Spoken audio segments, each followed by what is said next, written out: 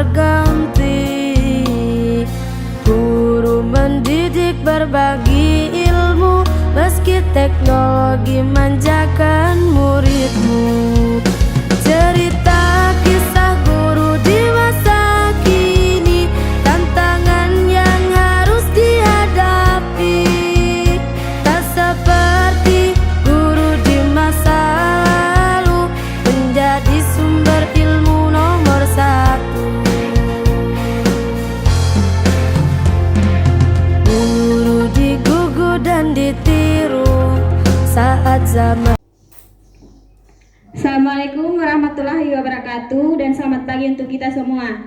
Yang terhormat Ibu Kepala Sekolah dan Bapak Ibu Guru yang hadir di sini.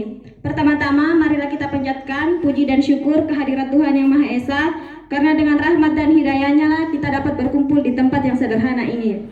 Nah, untuk pembukaan marilah kita bersama-sama menyanyikan lagu Indonesia Raya. Kepada hadirin diharap untuk berdiri.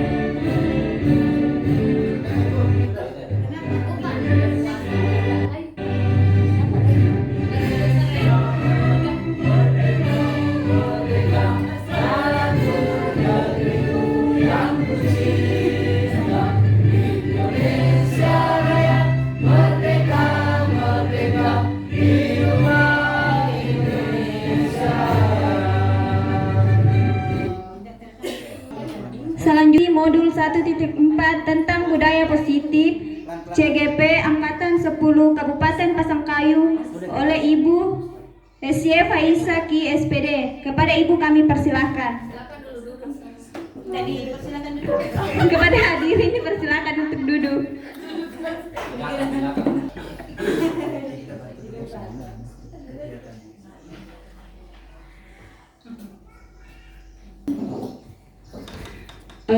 Terima kasih Ibu Moderator. Yang terhormat Ibu Kepala SMPN 02 Sarudu, Ibu Hasirana Sari SPD.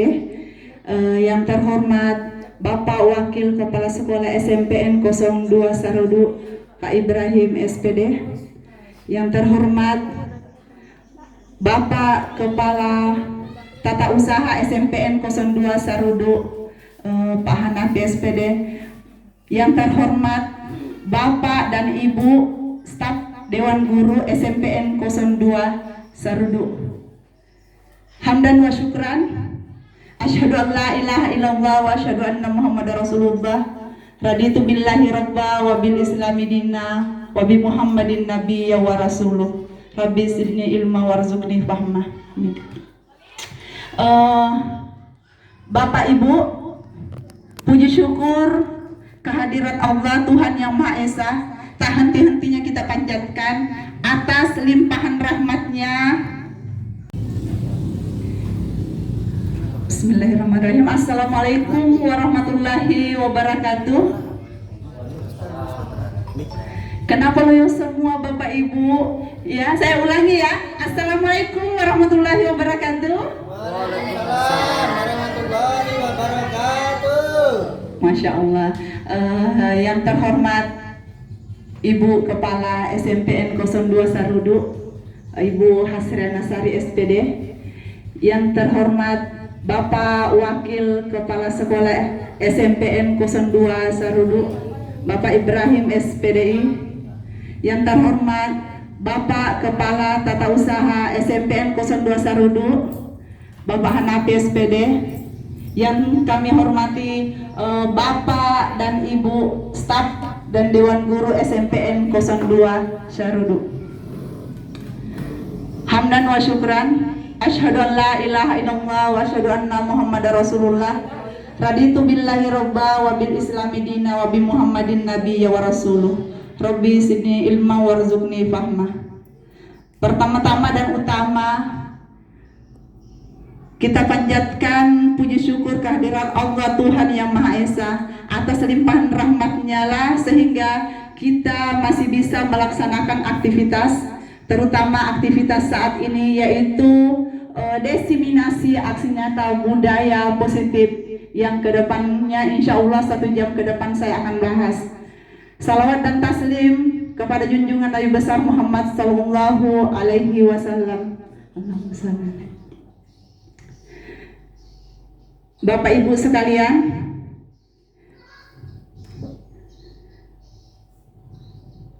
ini sepintas salam assalamualaikum, salam dan bahagia Bapak dan Ibu guru hebat. Desiminasi modul 1.4 tentang budaya positif. Ya, tujuan saya ya setiap segala sesuatunya itu pasti ada tujuannya. Nah, tujuan desiminasi ini yang pertama yaitu merupakan salah satu tugas untuk menyelesaikan aksi nyata modul 1.4. Kemudian yang kedua, berbagi ilmu yang saya dapat selama pendidikan guru penggerak ini. Ya, selama pendidikan guru penggerak ini kurang lebih 1 bulan saya dapatkan, saya mulai dari modul 1.1, 1.2, 1.3 dan 1.4 tentang budaya positif akan saya tumpahkan di sini secara singkat kurang lebih 1 jam. Kemudian menumbuhkan kerjasama dengan rekan sejawat, kolaborasi untuk menciptakan budaya positif di sekolah. Saya bersyukur sekali karena selama ini dukungan yang luar biasa dari Ibu Kepala Sekolah selama pendidikan ini. Saya juga merasa bahagia karena bisa berbagi ilmu, karena di guru penggerak ini Bapak Ibu terlalu banyak ilmu yang bisa kita gali di dalamnya. Terkhusus untuk budaya positif ini saya jadi menyadari ternyata selama ini sebagai seorang guru saya masih banyak kekurangan. Ya, saya masih banyak kekurangan, spirit-spirit inspirasi muncul di dalam, yang itu yang saya ingin bagi kepada teman-teman juga.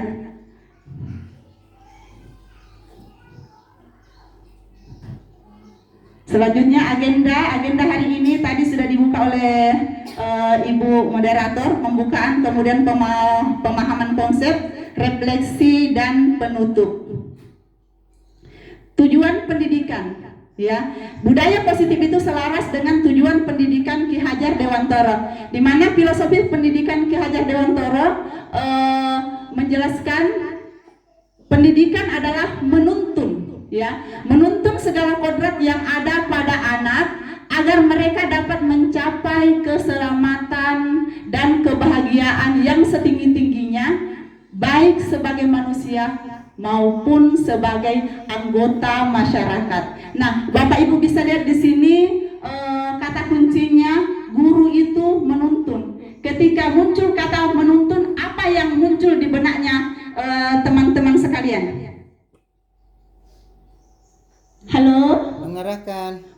mengarahkan. Ada lagi? Menunjuk. Membimbing. Ada lagi?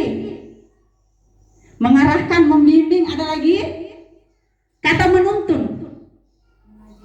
Mengajar, betul. Masih ada? Mengajak. Masya Allah. Ada lagi? Pak Asep, ada Pak Asep?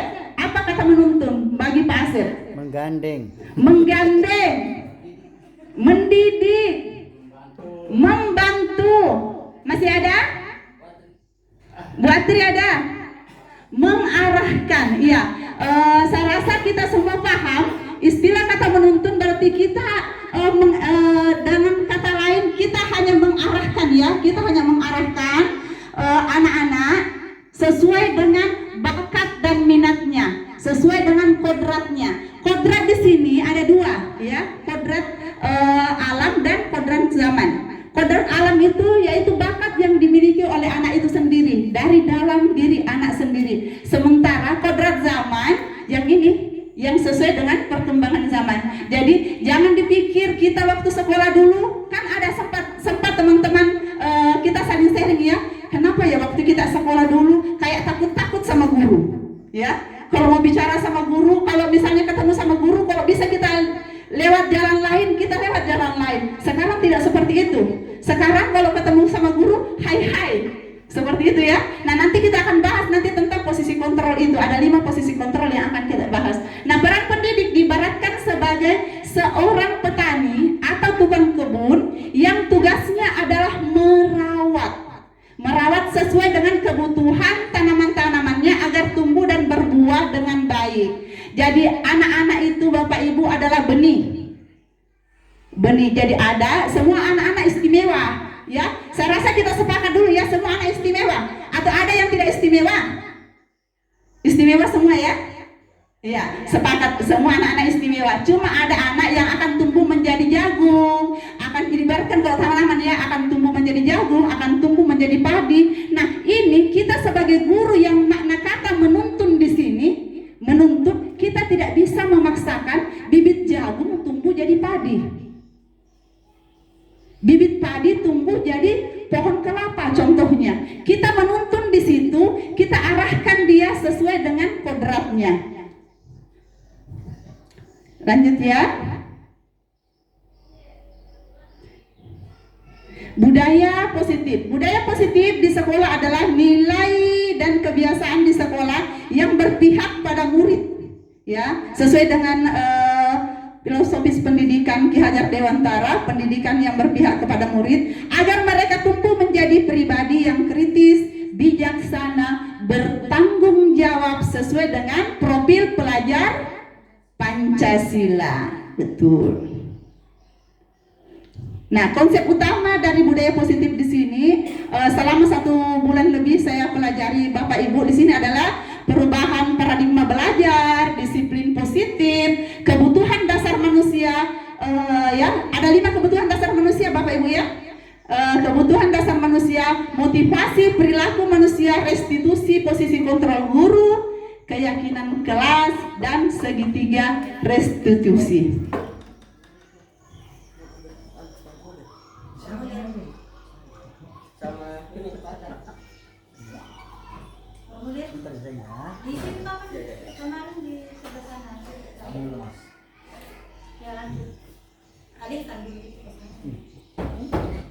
Boleh? Pertanyaan pemantik. Setuju atau tidak setuju? Ya, di sini ada 3 pertanyaan pemantik. Yang pertama, hukuman dapat mendisiplinkan anak. Setuju atau tidak? Halo. Hukumannya bagaimana dulu ini? Oh, hukuman tergantung ya? Tergantung hukumannya. Oke, hukuman dapat mendisiplinkan anak. Bagaimana Pak Eka? Hukuman dapat mendisiplinkan anak? Bisa Ya? juga. Bisa. Kalau masih loyo-loyo nanti saya kasih ice breaking lagi ini. Perlu ice breaking? Tidak, semangat Ji. Oke, hukuman dapat mendisiplinkan anak. Bisa? Setuju atau sepakat atau tidak? Yang katakan sepakat? Yang katakan tidak sepakat? Terus yang lain? 50-50. Saya ulang ya, 50-50 ya. Yang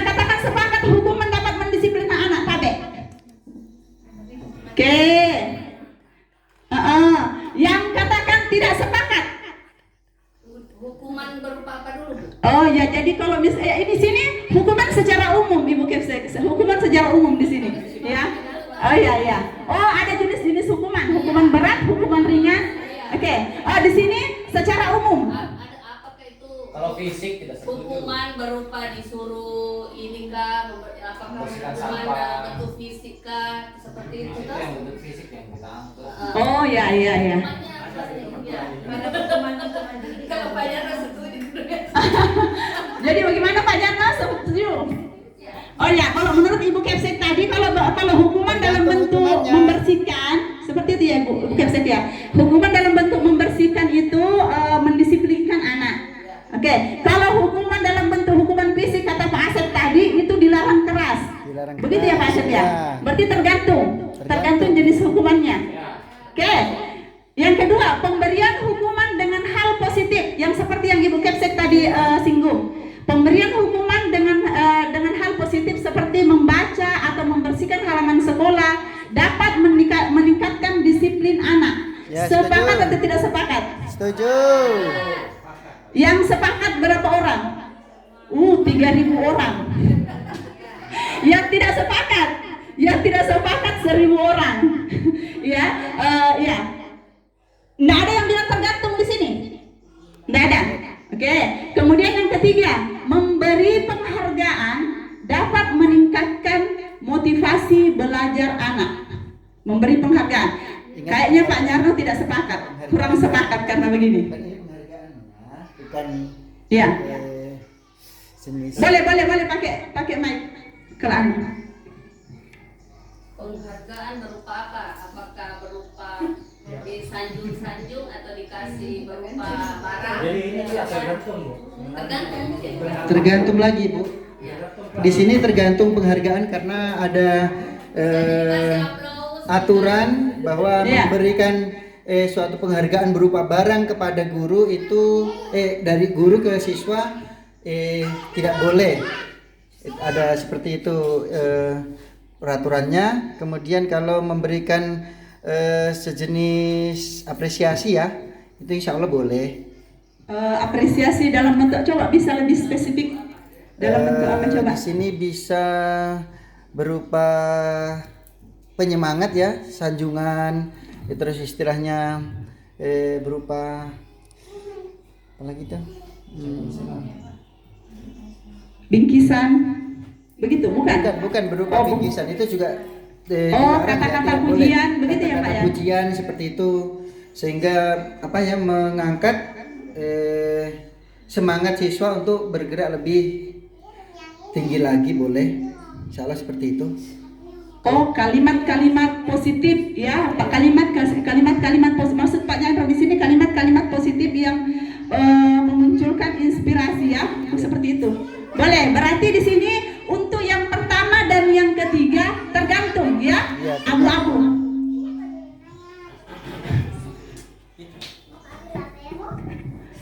Oke. Nah di sini ke depan nanti ya untuk pertanyaan pemantik ini ke depan akan terjawab sendiri setelah kita membahas mulai dari yang pertama sampai terakhir tadi ya. Selanjutnya topik pemahaman budaya positif, disiplin positif dan nilai-nilai kebijakan universal ya. Teori motivasi, hukuman penghargaan, ini enggak usah ya Bapak Ibu ya. Oke. Yang pertama tentang disiplin positif dan nilai-nilai kebajikan universal.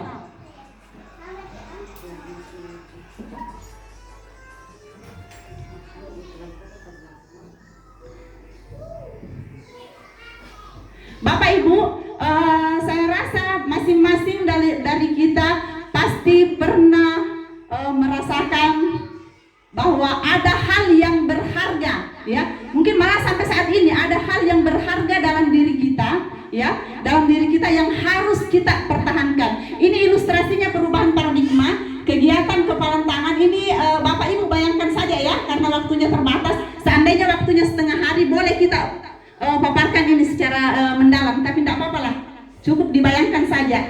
Ada A dan B, anggaplah Bapak dan di samping Bapak dan di samping Bapak, Pak Ibrahim dan Pak Eka contohnya, Pak Asep dan ibu juga masing-masing ya berpasangan A dan B.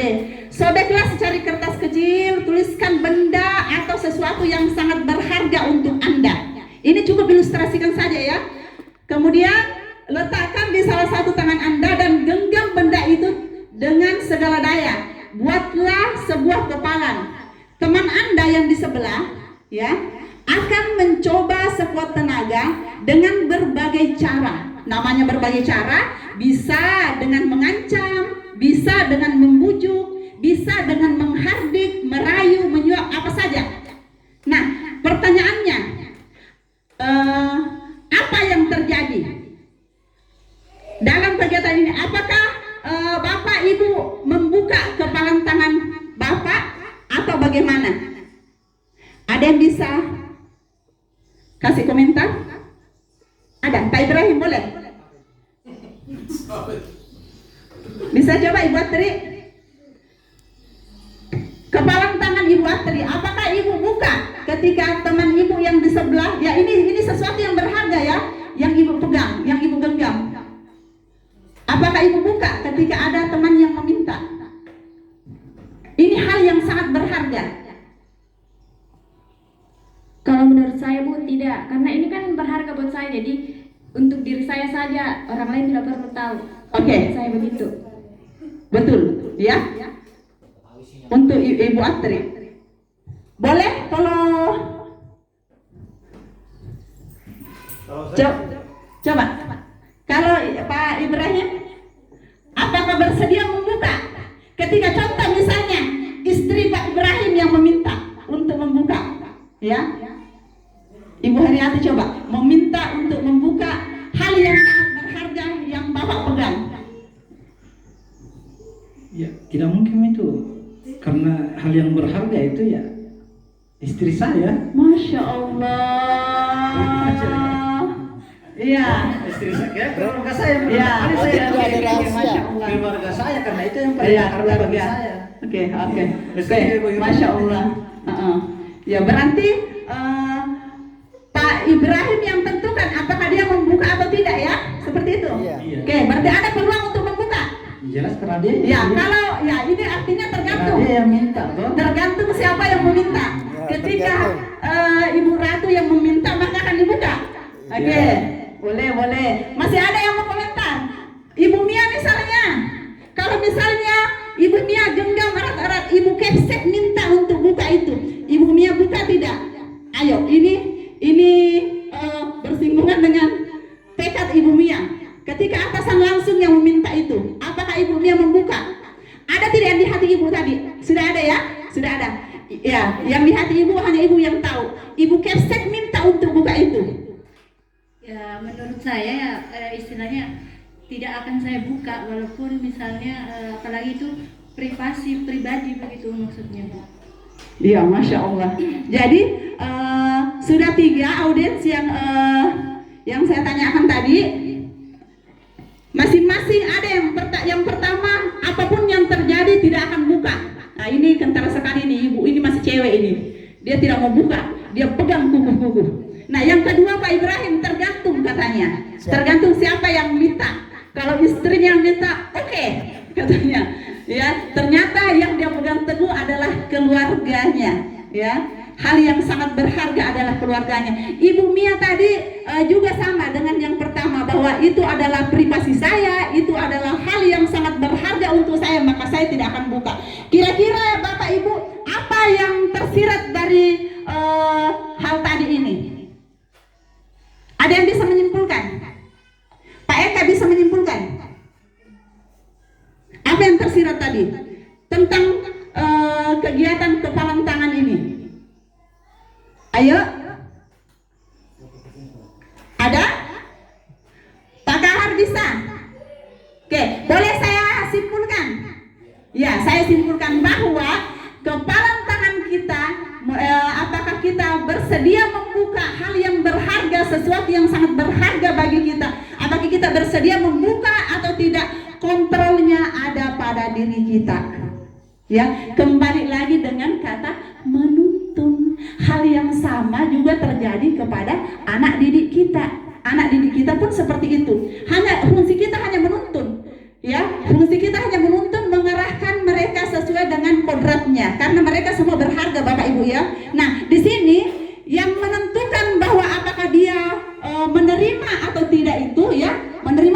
adalah kontrol pada diri mereka sendiri dengan menggunakan fungsi otak nanti ke depan. Mudah-mudahan Bapak Ibu semua kita bergabung semua nanti di grup menggerak, akan dibahas lebih tuntas di situ nanti. Ya, lanjut tentang perubahan paradigma teori pilihan ilusi.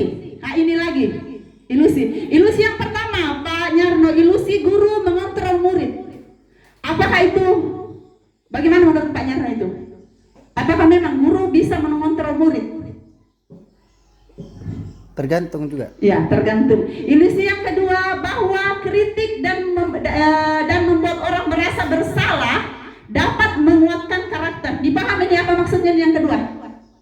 Kritik bahwa kritik dan membuat orang merasa bersalah dapat menguatkan karakter. Contoh seperti ini. Contoh seperti ini. Andi melakukan kesalahan berulang-ulang. Kita gunakan kata-kata yang membuat dia merasa bersalah. Ya Allah lele, seperti itu ya biasa ya. Ya Allah lele, mau kamu itu sebenarnya apa tuh? Kau tahu tidak, perbuatan kamu itu menyiksa ibu guru. Ya, kapan kamu sadar? Kapan kau bisa berubah? Kata-katanya lembut, tapi menusuk. Seperti itu. Ilusi bahwa kritik dan membuat orang merasa bersalah dapat menguatkan karakter. Kemudian yang ketiga, ilusi bahwa semua penguatan positif efektif dan bermanfaat dalam jangka waktu panjang, maksudnya ini ya. Kemudian yang keempat, ilusi bahwa orang dewasa memiliki hak. Orang dewasa memiliki hak untuk memaksa. Pokoknya saya tahu hal yang terbaik untuk kau. Kamu nurut aja. Saya bilang A, kamu ke A. Pikiranmu, pengalamanmu masih kurang. Ini yang maksud yang keempat ini. Ilusi bahwa orang dewasa memiliki hak untuk memaksa. Perubahan paradigma. Ya, ilusi guru mengontrol murid. Di sini tadi yang saya bahas tadi, pada dasarnya kita tidak dapat memaksa murid untuk membuat sesuatu jika murid tersebut ya, jika dia tidak mau melakukannya, apapun yang kita lakukan, kadang kita dihadapkan pada masalah seperti ini ya Bapak Ibu ya. Sudah disuruh kau gabung dengan kelompok B contohnya, si A bermalas-malasan ya, seperti ini maksudnya. Ilusi bahwa semua penguatan positif efektif dan bermanfaat. Segala usaha mempengaruhi murid agar mengulangi sesuatu perilaku tertentu adalah usaha yang mengontrol murid tersebut dalam jangka waktu tertentu. Ini tidak akan berlangsung lama. Dia lakukan pada waktu itu, kita perintahkan dia lakukan, tapi itu tidak membekas dari dalam hati dia, bukan kesadaran dari dalamnya ya. Ilusi bahwa kritik membuat, ini tidak usah panjang lebar Bapak Ibu ya, ini ya saya rasa. Kemudian ilusi bahwa orang dewasa memiliki hak untuk memaksa, sudah saya jelaskan tadi juga kayaknya ya.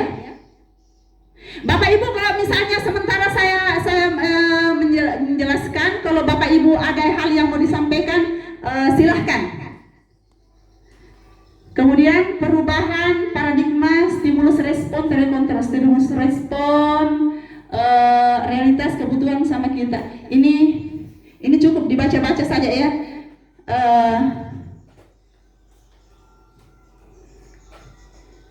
Kemudian makna kata disiplin berasal, disiplin itu berasal dari bahasa Latin, yaitu disiplina yang artinya belajar. Disiplin dalam diri menggali potensi menuju. Kalau menurut teman-teman disiplin itu apa? Disiplin waktu boleh? Disiplin waktu? Kemudian apa lagi? Disiplin waktu. Selain disiplin waktu, apalagi? Tidak apa-apa Ibu. Disiplin pekerjaan. Boleh, ada. Disiplin masuk sekolah. Disiplin masuk sekolah, boleh. Disiplin masuk sekolah. Ada lagi? Ada yang mau memberikan komentar? Pak Jarno? Iya. Namun dalam budaya kita makna kata disiplin telah berubah, ya. Di sini makna kata disiplin telah berubah menjadi sesuatu yang dilakukan seseorang, ya, pada orang lain untuk mendapatkan kepatuhan. Nah ini kata kunci ini, disiplin. Ada pergeseran makna kata disiplin.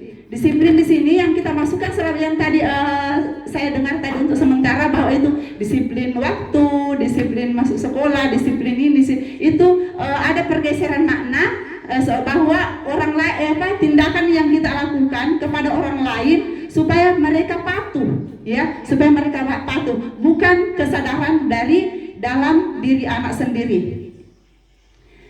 Kemudian disiplin dengan ketidaknyamanan, bukan dengan apa yang kita hargai atau pencapaian suatu tujuan mulia. Makna kata disiplin, kebanyakan orang akan menghubungkan kata disiplin dengan tata tertib, teratur, kepatuhan pada peraturan, ya. Nah ini yang lebih parah. Yang lebih parah, kata disiplin juga sering dihubungkan dengan hukuman, ya, sering dikait-kaitkan dengan hukuman. Padahal itu sungguh berbeda, karena belajar tentang disiplin positif tidak harus dengan memberikan hukuman, ya Bapak Ibu ya. Justru itu adalah salah satu alternatif terakhir dan kalau perlu tidak digunakan sama sekali.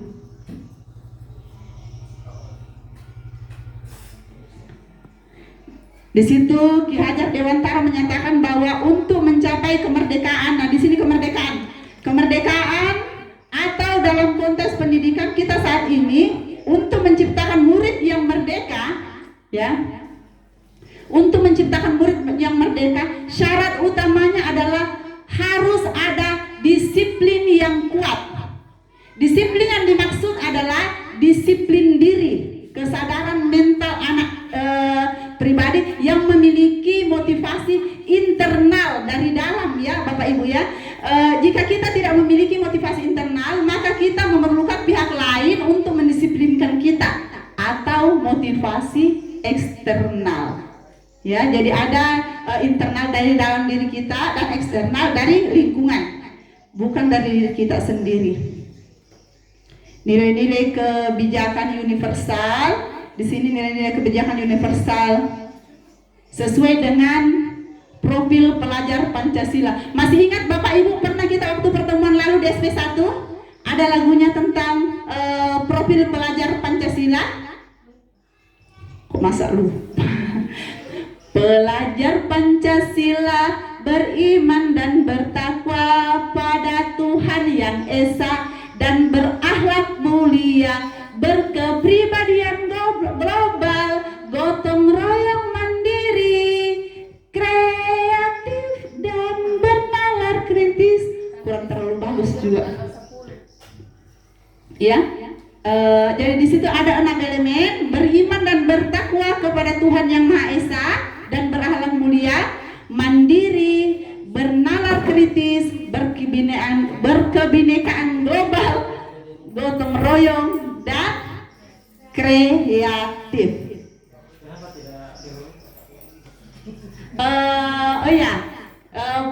Pak Ibrahim tadi singgung kok tidak berurutan. Enggak, maksudnya di sini Bapak, semua elemen ada di dalamnya. Kalau lagunya ya seperti itu.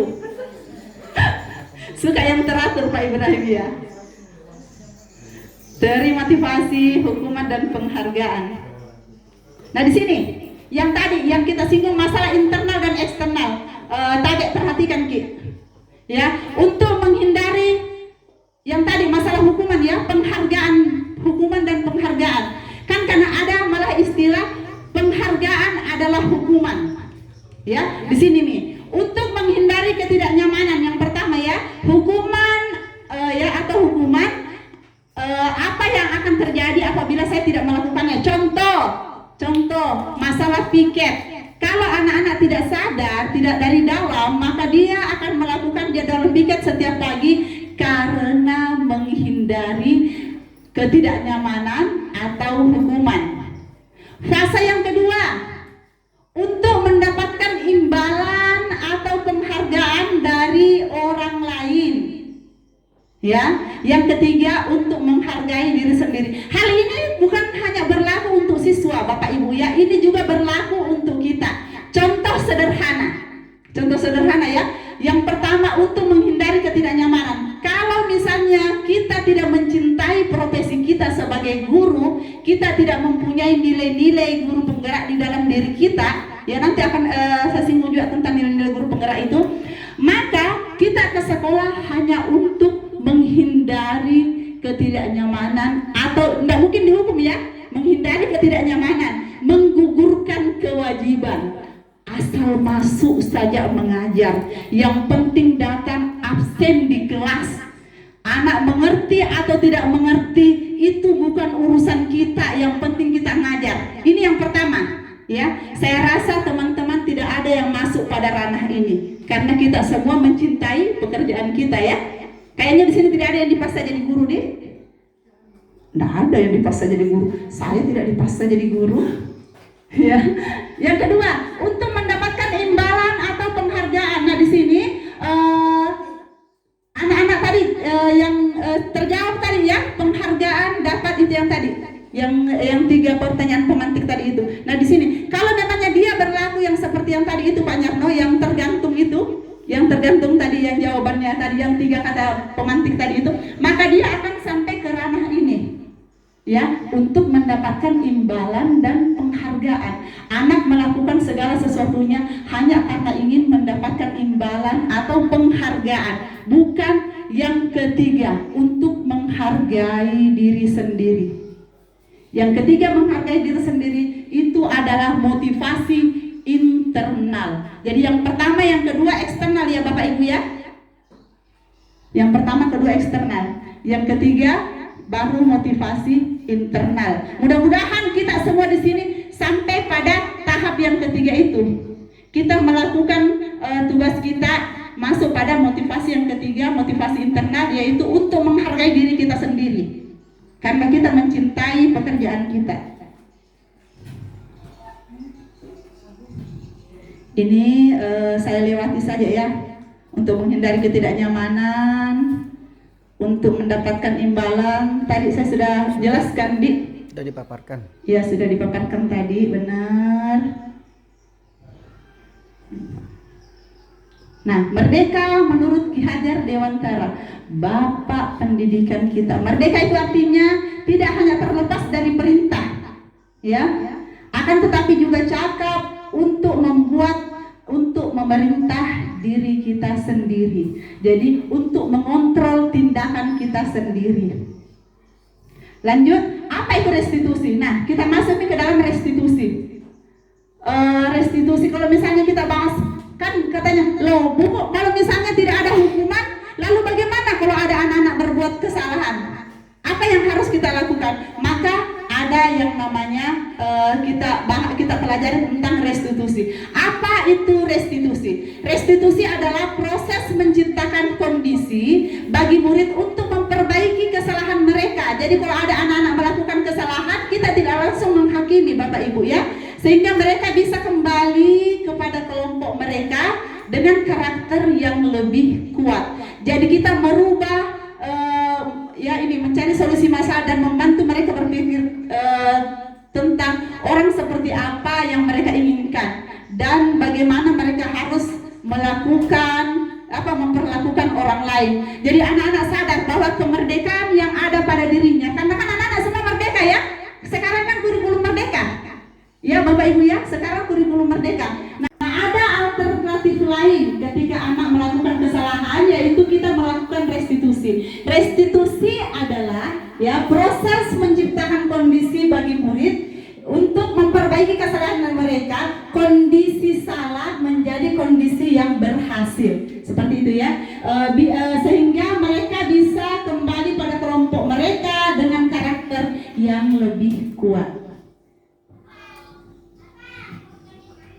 Kita lanjut. Saya angkat satu kasus ya, tentang Manohara.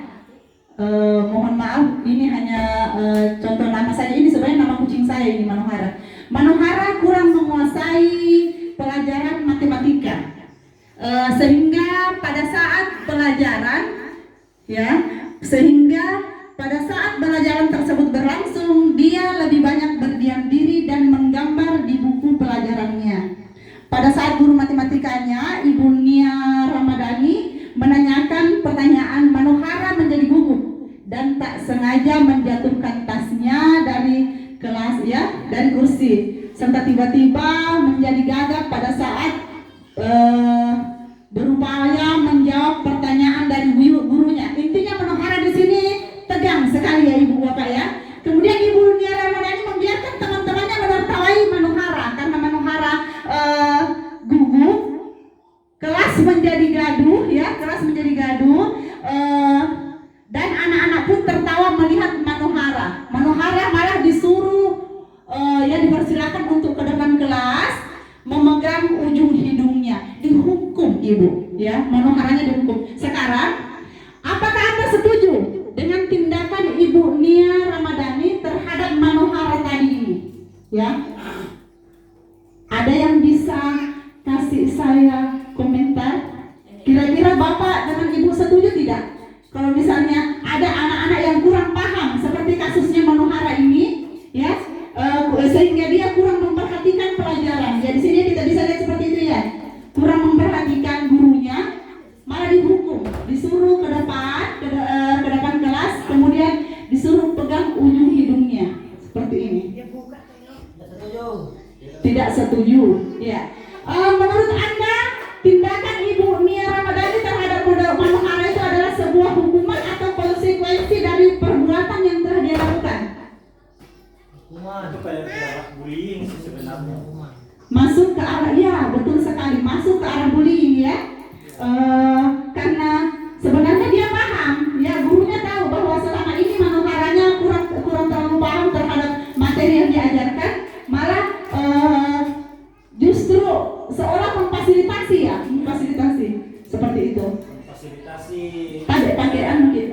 Dia memfasilitasi teman-teman Manohara untuk semakin membuli Manoharanya. Seperti itu. Iya. Yang lain sepakat tidak dengan yang dipaparkan oleh Pak Ibrahim? Ya, sepakat, setuju. Menurut Pak Ibrahim tadi itu hukuman atau konsekuensi? Itu konsekuensi. Konsekuensi. Hukuman. Atau dua-duanya, hukuman dan konsekuensi? Ya, hukuman dan konsekuensi, ya. Tergantung dari sudut mana kita menilainya. Oh, oke. Tergantung dari sudut pandang mana. Thank you Pak Ibrahim. Sekarang kita masuk coba, ya. Nanti kita ya, semakin kesana, insya Allah kita akan paham tentang apa itu restitusi, apa itu hukuman. Ciri-ciri restitusi. Restitusi yang pertama bukan untuk menebus kesalahan, namun untuk belajar dari kesalahan. Ya, yang pertama, ketika anak-anak melakukan kesalahan, kita bukan memberikan dia hukuman untuk menebus kesalahannya. Yang kedua, restitusi memperbaiki hubungan. Ya, restitusi adalah tentang memperbaiki hubungan dan memperkuatnya. Restitusi juga membantu murid-murid dalam hal mereka ingin menjadi orang seperti apa dan bagaimana yang mereka inginkan. Lanjut, yang ketiga, restitusi adalah tawaran, bukan paksaan. Ibu Antri bisa minta tolong? Ya, ya. Yang ketiga, restitusi adalah tawaran, bukan paksaan, ya, bukan paksaan. Jadi anak-anak tidak merasa tertekan ketika kita merestitusi mereka, ya, seperti itu. Kemudian, next, restitusi menuntun untuk melihat ke dalam diri anak. Jadi kita menuntun anak, kita berusaha mengarahkan dia untuk mencari solusi dari masalah yang dia hadapi. Di sini dapat terlihat untuk membimbing proses pemulihan diri, guru bisa bertanya kepada mereka, kamu ini ingin menjadi orang seperti apa? Seperti itu, ya.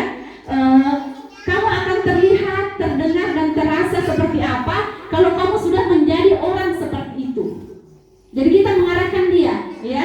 Kemudian apa yang kamu percaya tentang bagaimana orang harus memperlakukan orang lain, ya. Lagi-lagi kita menekan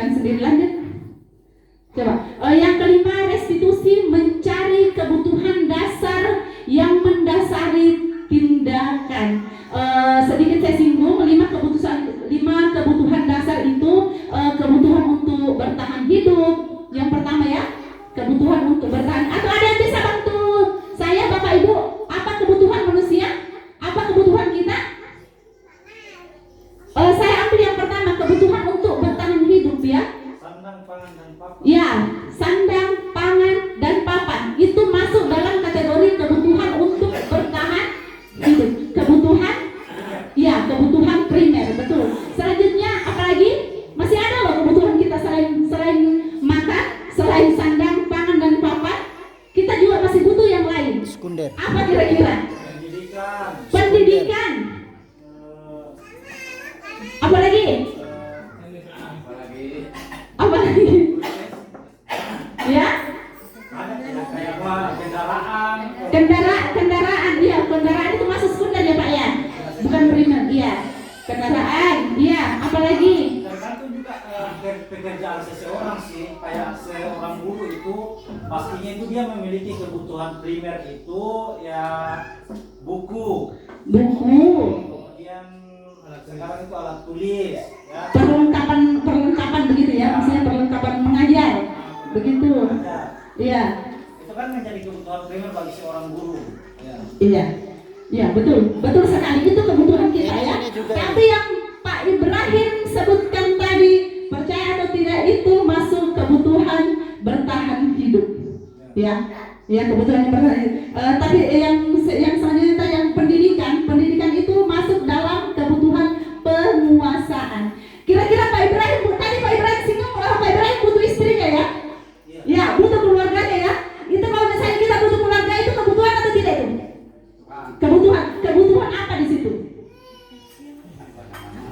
Kebutuhan melayani sih. Kebutuhan rohani ya. Pelayanan hidup boleh, pelayanan hidup. Iya. Ini sudah mulai mengarah ini Pak Asep, bahaya nih. Iya. Maunya dilayani terus. Oke, itu tadi. Saya rasa kita semua butuh teman tidak? Butuh teman tidak? Itu masuk pada kebutuhan yang kedua. Selain kebutuhan bertahan hidup itu, ada kebutuhan yang kedua yaitu kebutuhan kasih sayang dan diterima. Betul tidak? Ada tidak di sini yang tidak butuh kasih sayang? Pak Asep kayaknya butuh sekali ya. Iya. Kebutuhan yang kedua yaitu kebutuhan diterima dan disayang. Kebutuhan yang ketiga ada 5 ya? Menurut ini, coba ya, kebutuhan yang ketiga ada apa coba? Kebutuhan uang itu kebutuhan bertahan hidup. Kalau misalnya Pak Rizal bermain game itu kebutuhan tidak? Kebutuhan lah, hiburan. Ya, hiburan. Itu masuk dalam kategori apa itu? Kebutuhan Primer apa sekunder ini? Primer apa sekunder ini? Itu apa itu? Masuk kalau misalnya Pak Rizal main game itu senang tidak? Senang ya? Iya senang. Kalau begitu itu masuk kategori kebutuhan kesenangan, kepuasan, kesenangan. Sudah ada 3 ya? Masih ada 2 ya? Ada yang bisa bantu saya? Apa lagi yang 2 ini? Sembako itu bertahan hidup. Iya, kebutuhan bertahan. Yang keempat adalah kebutuhan yang disebutkan tadi Pak Ibrahim. Katanya kita butuh pendidikan. Pendidikan kira-kira untuk apa kita butuh pendidikan? Untuk masa depan, untuk menguasai kan?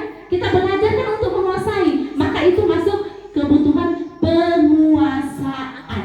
Ya, masuk. Sudah 4 ya? Sudah 4. Boleh kalau misalnya saya tanya diingat sudah ya? Sudah 4 ya? Ibu Mia sudah 4. Sekarang kebutuhan yang terakhir. Kebutuhan yang terakhir kira-kira kalau misalnya makanan apa yang Pak Asep tidak suka? Makanan yang Pak Asep tidak suka? Yang tidak suka, yang tidak disuka sekali? Atau ada hal apa yang Pak Asep benci? Kambing tidak disuka.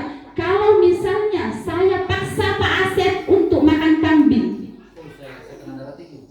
mau atau tidak mau? Tidak mau. Itulah makanya kita butuh satu kebutuhan ini, kebebasan. Kebutuhan kebebasan.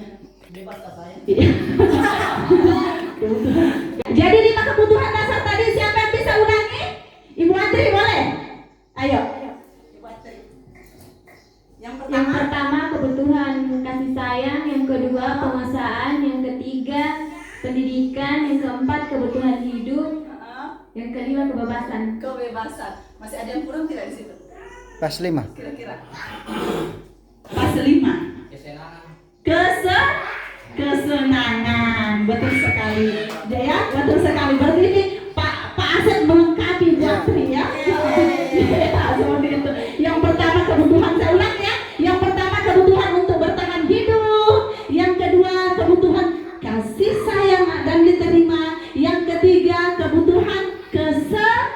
kesenangan, yang keempat kebutuhan. Ayo. Pendidikan. Pendidikan itu dia supaya penguasaan. Oke, yang kelima, yang terakhir kebebasan. Merdeka. Bagaimana kebebasan? Merdeka. Kebebasan. Merdeka. Ya, next Ibu. Restitusi diri adalah cara yang paling baik. Restitusi. Jadi tidak dengan melakukan hukuman ya, Bapak Ibu ya. Lanjut. Restitusi fokus pada karakter. Restitusi fokus pada karakter, bukan tindakan. Jadi kita di situ menuntun karakter anak di situ ya, teman-teman. Lanjut buat Tri. Restitusi menguatkan, ya, menguatkan. Jadi di sini kita menghindari posisi kontrol pembuat rasa bersalah. Lanjut. Restitusi fokus pada solusi. Jadi kita tidak mencari siapa yang salah dalam hal ini. Next. Restitusi mengembalikan murid yang berbuat salah pada kelompoknya sehingga dia bisa diterima di kelompoknya ya. Lanjut. Ini yang ini tadi. Tadi kan pertanyaan pemantik tadi, apakah penghargaan itu bisa membuat disiplin di sini? Dihukum oleh penghargaan. Next. Pengaruh jangka pendek dan jangka panjang, ya, kurang G-nya di situ. Maaf. Pengaruh jangka pendek dan jangka panjang di sini, penghargaan itu kalau jangka pendek, Bapak Ibu, kawan-kawan sekalian, ketika kita memberikan penghargaan kepada anak, ya, maka akan berpengaruh positif pada diri anak, tapi itu hanya dalam jangka waktu tertentu saja. Next Pak, next Ibu. Penghargaan tidak efektif, ya. Penghargaan tidak efektif. Selanjutnya, penghargaan merusak hubungan. Kira-kira teman-teman sepakat tidak penghargaan merusak hubungan? Tentu. Iya, sepakat. Sepakat. Yang tidak sepakat, penghargaan merusak hubungan. Coba Pak Asep. Pak Asep sepakat tidak penghargaan merusak hubungan? Iya, coba. Hubungan di sini bukan antara dua individu saja. Iya. Akan tetapi Secara universal di sini maksudnya. Penghargaan merusak hubungan. Apakah menurut Pak Asep iya? Sepakat atau tidak? Tidak sepakat. Tidak sepakat. Kenapa? Karena merusak hubungan. Boleh next buat Tri. Penghargaan menurunkan kualitas. Nah ini bisa kita kupas ini. Apakah benar penghargaan merusak kualitas? betul. Tidak. Betul. Penghargaan kepada orang lain itu meningkatkan semangat orang untuk seperti mereka. Tergantung penghargaannya lagi dong. Iya. Karena penghargaan di sini kalau biasanya kalau berupa barang, berupa ini malah dapat memunculkan sesuatu yang negatif dari pihak lain gitu loh. Biasanya kalau antar individu tergantung juga sih penghargaannya seperti apa. Apakah justru menjatuhkan atau mengangkat seperti itu. Karena ada penghargaan itu ada dua macam. Ada yang dapat menurunkan dan mengangkat citra seseorang. Iya. Kalau saya ambil contoh kasus seperti ini, contoh di kelas 7, ya di kelas 7, di kelas 7 siapa yang ranking kemarin? Siapa yang ranking? Siapa yang pintar? Ya. Tugas Anda. Nah ini sedikit penyegaran, tolong fokus. Tugas Anda hanya menyebutkan warnanya, ya. Saya hanya ingin teman-teman menyebutkan warnanya. Tolong perhatikan semua. Pak Ibrahim, tolong perhatikan. Ayo. Next. Ya, perhatikan warnanya. Ini merah ya, merah, coklat, hijau, kuning, biru ya. Kalau seperti ini merah, coklat, hijau, kuning, biru. Saya ingin kita kompak semua ya. Kompak boleh? Boleh. Semangat? Oke.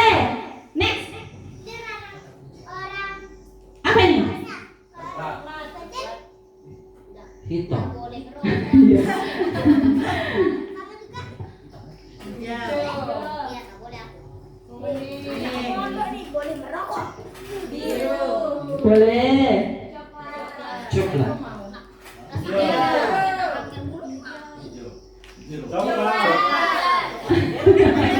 Merah. Sudah mulai. Coba ya. Coba hitam, hijau, kuning, biru, coklat, Hijau, boleh. kuning, Hijau, merah. Sudah ya. Titik fokusnya insya Allah masih aman. Titik fokusnya masih aman ya. Konsep keyakinan kelas ini sisa sedikit ya, Bapak Ibu, konsep keyakinan kelas. Tapi next. Mengapa tidak peraturan kelas saja? Selama ini kan yang kita buat di kelas kan peraturan kelas. Kenapa harus ditingkatkan menjadi keyakinan kelas? Ya. Next.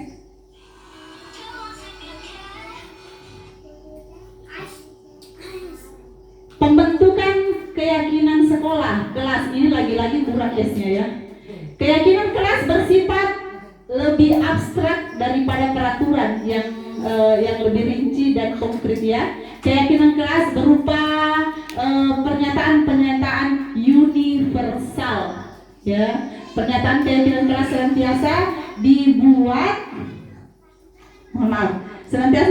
dalam bentuk positif. Jadi tidak ada bahasa-bahasa yang negatif di situ ya. Berusaha kita berikan kalimat-kalimat yang positif. Keyakinan kelas hendaknya tidak terlalu banyak sehingga mudah diingat dan dipahami oleh anak-anak kita. Next Bu. Ya ini contoh ya dari kedua kesepakatan kelas ini, yang manakah yang juga merupakan keyakinan kelas. Coba perhatikan Bapak Ibu. Yang pertama atau yang kedua, coba cek di kehadiran siswa harus datang tepat waktu ya untuk setiap sesi kelas. Partisipasi semua siswa diharapkan untuk aktif dalam setiap kegiatan pembelajaran. Seterusnya ke sini atau yang ini. Mengamalkan yang kesepakatan kelas yang kedua ini, mengamalkan ajaran agama untuk kebaikan beriman. Kemudian rasa aman ya, rasa aman adalah hak setiap orang. Tertib saat belajar mengajar. Yang keempat, menjaga kebersihan diri sendiri, kelas dan lingkungan sekolah. Seterusnya coba kira-kira yang mana Bu? Coba Bapak Ibu coba dari yang pertama dan yang kedua, yang mana yang merupakan keyakinan kelas? Tadi sudah disinggung ya, keyakinan kelas itu menggunakan bahasa yang positif. Pak Eka yang mana? Ibu Anti bisa? Yang mana? Kira-kira? Ibu Mia? Ibu Hati-Hati? Yang mana kira-kira, yang pertama atau yang kedua? Yang pertama ini ya, yang pertama, yang kedua. Yang mana? Keyakinan kelas menggunakan bahasa yang positif, singkat, padat, dan jelas, tidak neko-neko. Yang mana Pak? Yang kedua? singkat, padat dan jelas. Singkat, padat, dan jelas, dan menggunakan bahasa yang positif yang mudah diingat oleh anak-anak. Bahasanya baku sudah. Ya. Sesuai dengan EYD bahasa Indonesia. Sesuai dengan EYD. Bagaimana Bu Mia? Sesuai dengan EYD. Oke, next. Ini contoh-contoh keyakinan kelas ya Ibu ya. Bolehlah nanti kita lihat-lihat banyak referensinya. Lanjut Ibu. Lanjut perbedaan ya. Saja ini, nakai saja ini. Boleh. Contoh pengakuan apresiasi kebajikan. Next. Tindakan kelas ya. Ini tidak ya. Membersihkan WC ya, tindakan guru membersihkan WC karena mematahkan pensil kawannya. Itu hukuman atau konsekuensi? Hukuman. Oke, mencatat 100 kali di dalam buku kalimat saya tidak akan terlambat lagi karena terlambat ke sekolah. Hukuman atau konsekuensi? Masih hukuman ya. Masih hukuman. Lari mengelilingi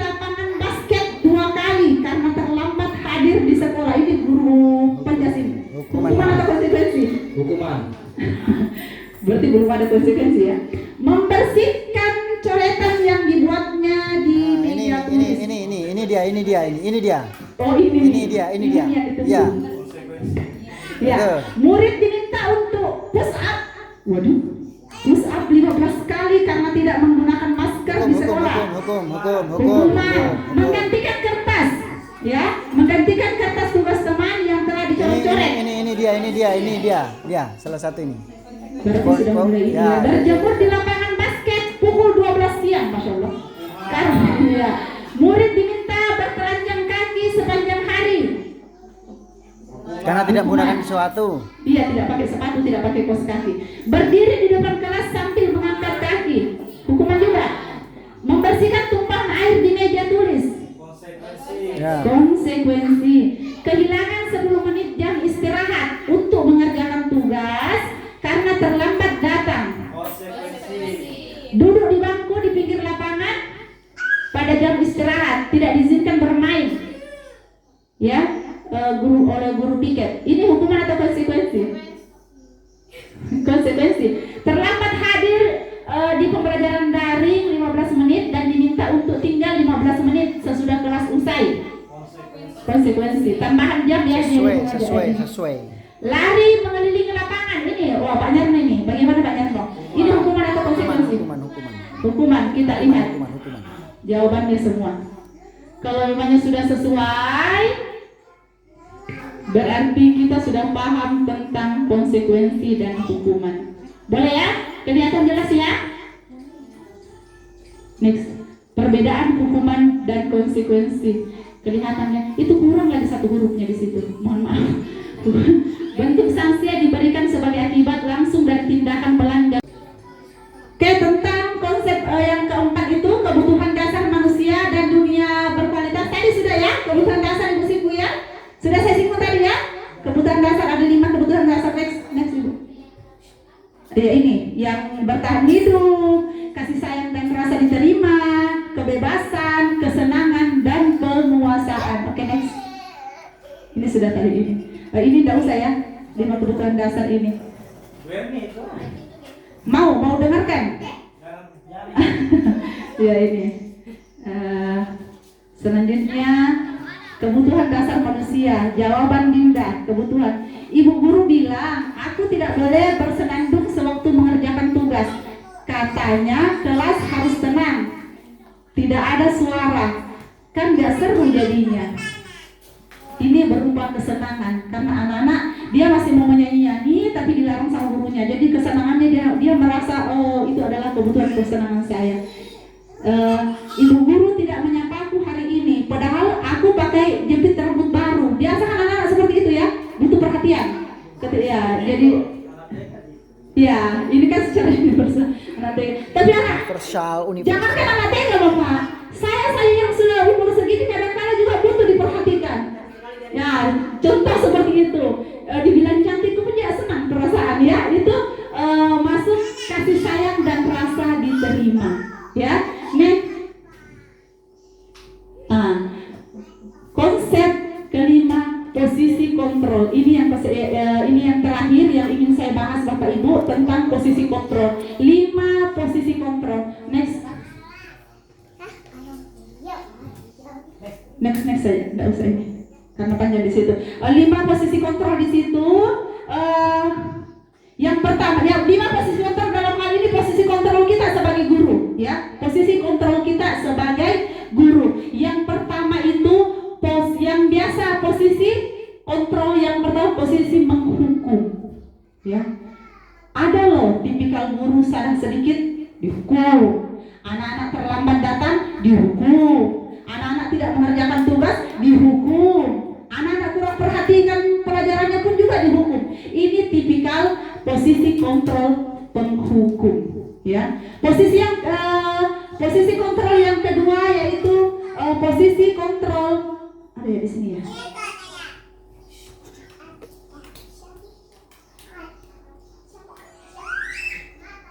Oh mohon maaf saya lupa cantumkan. Ini dalam video sebenarnya 5 posisi kontrol itu, tapi sudah ya karena waktu terbatas Tidak usah diinikan, yang jelasnya saya gambarkan saya secara umum ya Bapak Ibu ya teman-teman ya. Posisi kontrol yang pertama itu posisi penghukum. Mudah-mudahan kita tidak masuk di dalamnya itu. Posisi yang kedua yaitu posisi kontrol pembuat rasa bersalah. Kadangkala sifat kita, kata-kata kita yang lembut tapi menusuk seperti itu. Aduh, kenapa kau berbuat seperti itu lagi, Nak? Kau sudah tahu bahwa itu adalah yang salah. Kau tidak kasihan lihat ibu setengah mati. Ibu loh jauh datang ke sini mengajar. Contoh seperti itu ya. Jadi anak-anak merasa bahwa dirinya itu buruk. Kita berbicara lembut kepada anak-anak, tapi anak-anak justru merasa drop di situ karena kita membuat dia menjadi merasa bersalah. Posisi kontrol yang ketiga adalah posisi kontrol sebagai teman. Kadang-kadang loh kita kadang merangkul anak-anak, bahkan ketika mereka melakukan kesalahan pun kita hanya bermain saja sama dia. Kita dengan santai saja, rileks saja. Yang penting anak senang, yang penting kita akrab sama anak. Hubungan emosional kita dengan anak berjalan dengan baik. Itu posisi kontrol sebagai teman. Posisi kontrol yang keempat yaitu posisi kontrol sebagai pemantau. Oh ini ya, penghukum, pembuat masalah, teman, pemantau. Posisi kontrol yang pemantau seperti ini, menghitung dan mengukur apa peraturannya. Kau melakukan kesalahan ya? Apa konsekuensinya kalau kau melakukan kesalahan itu? Dia cuma memantau saja, diarahkan saja. Kalau begitu kau menghadap sama yang itu. Posisi kontrol sebagai pemantau. Posisi kontrol yang terakhir, posisi kontrol yang kita idam-idamkan insya Allah. Saya pun juga mengharapkan seperti itu. Posisi kontrol sebagai manajer. Kita mengontrol, ketika kita memposisikan diri sebagai manajer, kita mengontrol, kita bisa sebagai teman, kita bisa sebagai pemantau, tapi kita menetralisir suasana, ya, memantau, mengajukan pertanyaan-pertanyaan dengan sedikit. Kalau misalnya ada anak-anak yang melakukan kesalahan, kita bisa selesaikan dengan menggunakan. Oke, 5 posisi kontrol itu, ya, dari posisi kontrol penghukum, membuat rasa bersalah, teman, pemantau, manajer. Mana kira-kira posisi kontrol yang Bapak Ibu inginkan? Ayo, Pak Asep mau jadi teman? Dua-dua lah. Posisi kontrol untuk anak-anak. Teman memantau boleh, sebagai manajer juga boleh. Ya, pasti menginginkan yang manajer ya. Ya, menginginkan yang ideal. Oke, next Bu. Next. Nah, pernyataan kalimat siapa yang mengatakan saya kecewa sekali dengan kamu, itu pembuat rasa bersalah ya. Kamu tidak pernah benar melakukannya.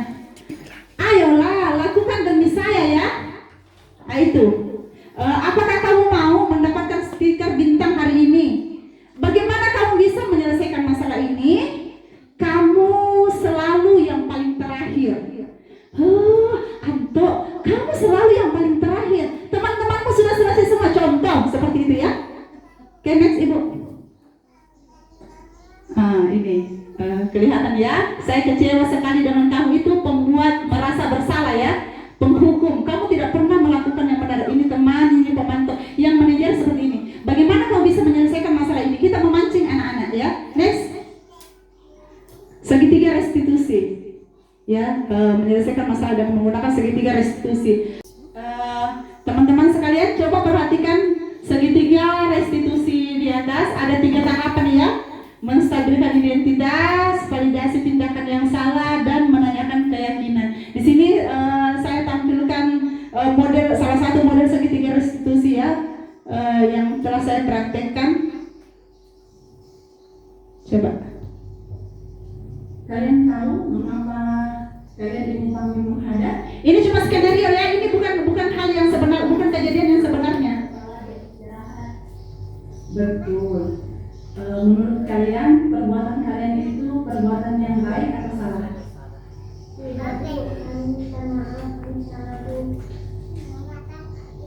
Ya, perbuatan yang baik atau salah? Tidak apa-apa. Setiap orang pasti bisa melakukan kesalahan. Ibu juga pernah melakukan hal yang sama. Hanya saja Ibu panggil kalian ke sini, Ibu tidak ingin mencari siapa yang benar, siapa yang salah. Ya, Ibu hanya akan membantu kalian menemukan menemukan solusi dari masalah yang kalian hadapi. Ya, kalian pasti punya alasan melakukan hal tersebut. Kami kelas kita bermain Bu sebelum jajan, jadi waktu jam istirahat habis kita baru jajan. Itu yang menyebabkan kita terlambat masuk ke dalam kelas. Ini kita ingat waktu Bu. Kalian keasikan bermain ya, sehingga lupa waktu. Menanyakan Bermain alasannya. ini menyenangkan, ya. Cuma kalau misalnya kalian bermain, itu kan sebenarnya bisa dilakukan, ya. Bisa dilakukan, bisa juga jajan, tapi masuk di kelas tepat waktu. Kira-kira apa solusinya? Nah, ini mencari solusi. Solusinya. Mencari solusi ya. Saya harus bisa mengatur waktu dengan baik. Ya, bisa mengatur waktu dengan baik. Ini kan kuncinya waktu, ya. Jadi kalian masih bisa bermain, masih bisa sarapan kan, karena 30 menit itu kan waktunya panjang, nah ya. Kalian bisa sarapan bisa belanja di kantin juga, kemudian masuk di kelas tepat waktu. Boleh ya? Kapan kira-kira hal itu bisa dilakukan? Mulai besok Bu, kami akan tepat waktu. Mulai besok sudah tepat waktu masuk di kelas, tidak terlambat lagi.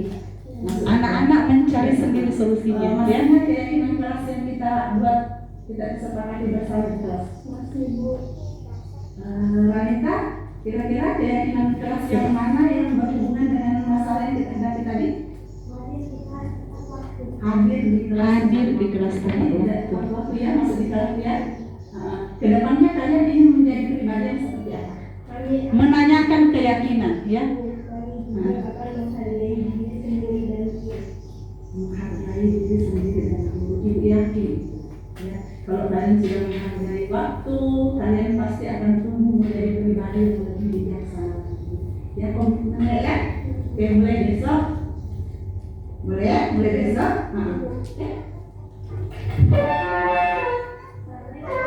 Waalaikumsalam.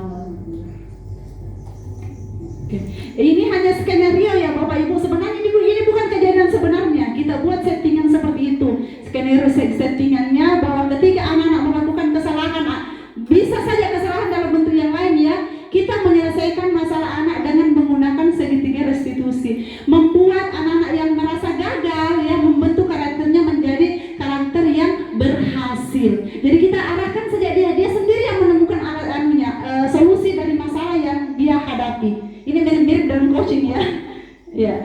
Sekarang terakhir tentang refleksi ya. Dari kurang lebih 1 jam kebersamaan kita ini, saya ingin merefleksi apakah ada yang membekas yang tinggal di pikiran kita semua ya. Di situ yang pertama, sejauh mana pemahaman Anda tentang konsep-konsep inti yang telah Anda pelajari di modul ini, yaitu disiplin positif ya. Disiplin positif, teori kontrol, teori motivasi, hukuman dan penghargaan, posisi kontrol guru, kebutuhan dasar manusia, keyakinan kelas, dan segitiga restitusi. Apakah hal-hal yang menarik untuk Anda dan di luar dugaan? Ada yang bisa berkomentar? Ada? Lanjut. Ayo. Ini kita refleksi. Ini yang terakhir ini. Kita merefleksikan. Jangan sampai saya hanya korban kemudian tidak ada yang berbekas di hati. Ya, tentang disiplin positif. Saya rasa ada disiplin positif selama ini di sekolah kita ya. Boleh kasih contoh yang disiplin positif di sekolah kita apa Pak Nyarno? Disiplin. Pak Yarno itu penghukum. Hukuman. Atau ayo Pak Eka ya, posisi kontrol yang mana Pak Eka? Yang 5 itu tadi, yang posisi kontrol. Hukuman teman boleh. Ini. Oke, saya bantu ya. Penghukum. Manajemen boleh. Pembuat merasa bersalah atau teman atau pemantau atau sudah jadi manajer malahan. Tiga-tiganya Mas. Pemantau. Pak Rizal Jujur saya kota Ibu teman. sebagai teman. Pak Asep sebagai apa Pak Asep? Posisi kontrol sebagai apa? Penghukum lah. Penghukum. Wow. Saya 5-5-nya. Pak Kahar sebagai apa Pak Kahar? Sebagai teman. Berarti rata-rata sebagai teman ya. Saya juga sebelumnya sebenarnya lebih sering sebagai teman. Sebagai teman. Sebagai teman. Ibu, kalau Pak Jarno? Semuanya. Lengkap, saya ada di dalam situ. Jadi ada Iya. kontrol penghukum, Iya. pemantau, pembuat merasa bersalah, sebagai teman juga, pemantau juga, dan sekaligus mudah-mudahan ya bisa menjadi seorang manajer yang baik gitu. Karena apa? Saya sesuaikan dengan perbuatan siswa, kesalahan siswa. Kalau diperkirakan kok sangat fatal gitu ya, kontrol penghukum saya gunakan. Gitu. Iya. Kalau Ibu, tarik Ibu nanti sebagai apa? Posisi kontrol sebagai apa? Kadang sebagai pemantau Bu, kadang juga sebagai teman. Kadang sebagai pemantau, kadang sebagai teman. Jadi saya pribadi juga ya. Oke, kan saya juga guru di sini. Jadi saya juga ambil posisi di situ. Sebelum mempelajari modul ini, saya juga lebih sering mengambil posisi kontrol sebagai teman. Ya, ternyata dalam jangka waktu panjang itu tidak efektif, kurang efektif untuk anak-anak. Ya, seperti itu. Lanjut ke sana.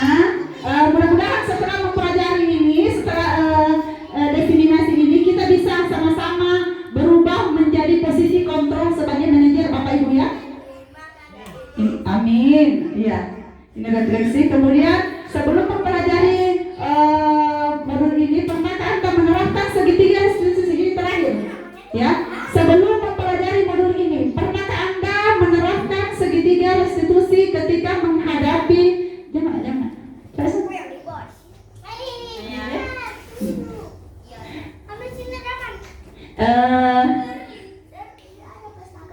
Ketika menghadapi permasalahan murid Anda, di sini pernah ya, masing-masing saya rasa dari kita pernah menghadapi masalah.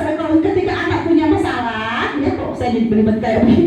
Ketika anak punya masalah, kita menyelesaikan masalah anak kita menggunakan segitiga restitusi tidak?